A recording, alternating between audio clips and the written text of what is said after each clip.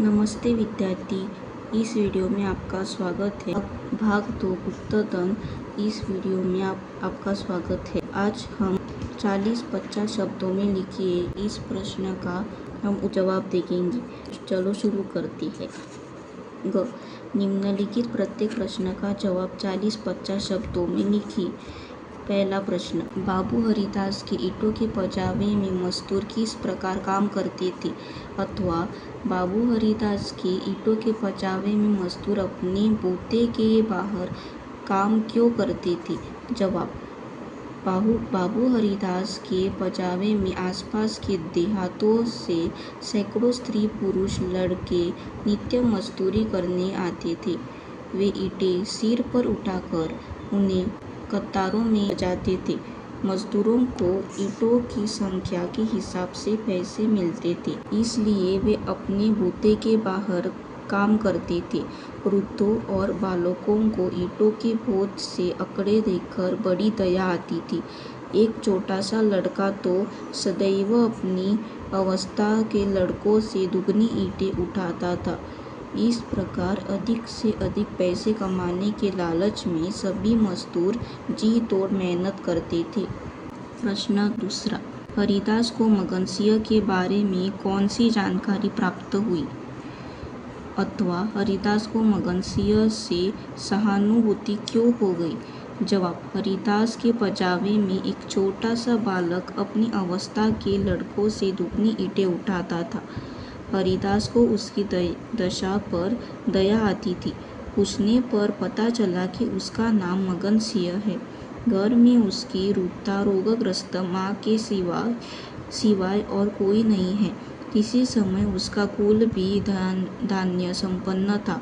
उनका शक्कर का कारखाना चलता था, परंतु उसके भाइयों ने उससे हड़प लिया। उसको रोटियों के लाले पड़े गए थे। अब वह ईंटों के पजावे में मजदूरी कर अपनी माँ और अपना पेट पालता था। उसकी कहानी सुनकर हरिदास को उससे सहानुभूति हो गई। प्रश्न तीसरा, मगनसिंह की माँ ने हरिदास जी से क्या निवेदन किया? मगनसिंह की माँ ने किस विश्वास के साथ हरिदास जी को गुप्तधन के बारे में जानकारी दी? जवाब, एक बार मगनसिंह 3 दिनों तक काम पर नहीं आया। उसके घर जाने पर हरिदास को उसकी बीमार माँ से मिलने का अवसर प्राप्त हुआ। मगनसिंह की माँ तो उन्हीं की राह देख रही थी। उन्हें पहचान कर उसने उन्हें पुरखों के गुप्तधन के बारे में सूचना देते हुए निवेदन किया कि अब वे ही उसके अनाथ बालक की रक्षा करेंगे। वे ही उसके नाथ हैं।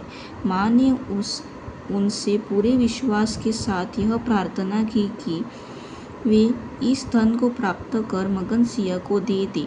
वे उसके बेटे पर मेहरबानी की निगाहों बनाए रखे। चौथा प्रश्न, तहखाना देखकर हरिदास जी की क्या हालत हुई?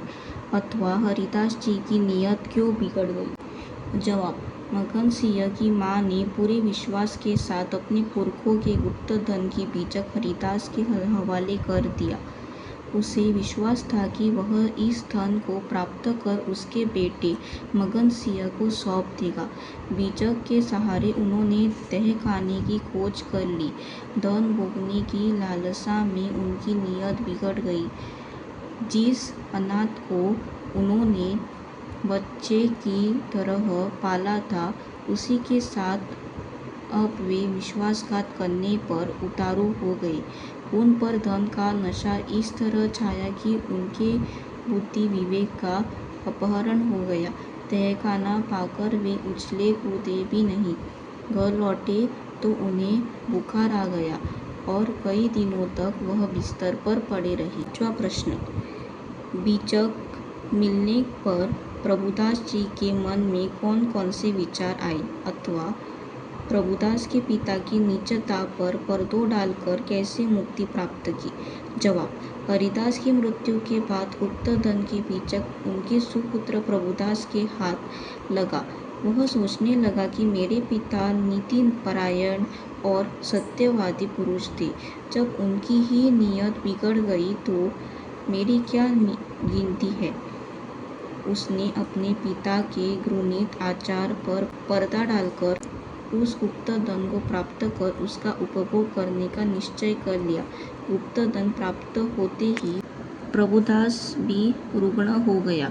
उसके जीवन ने तृष्णा को रूप धारण कर लिया था। अंत में मृत्यु से पहले उसने वह धन उसके असली वारिस मगन सिंह को वापस कर दिया। इस प्रकार उसने अपनी गलती सुधारी और मुक्ति प्राप्त की। धन्यवाद।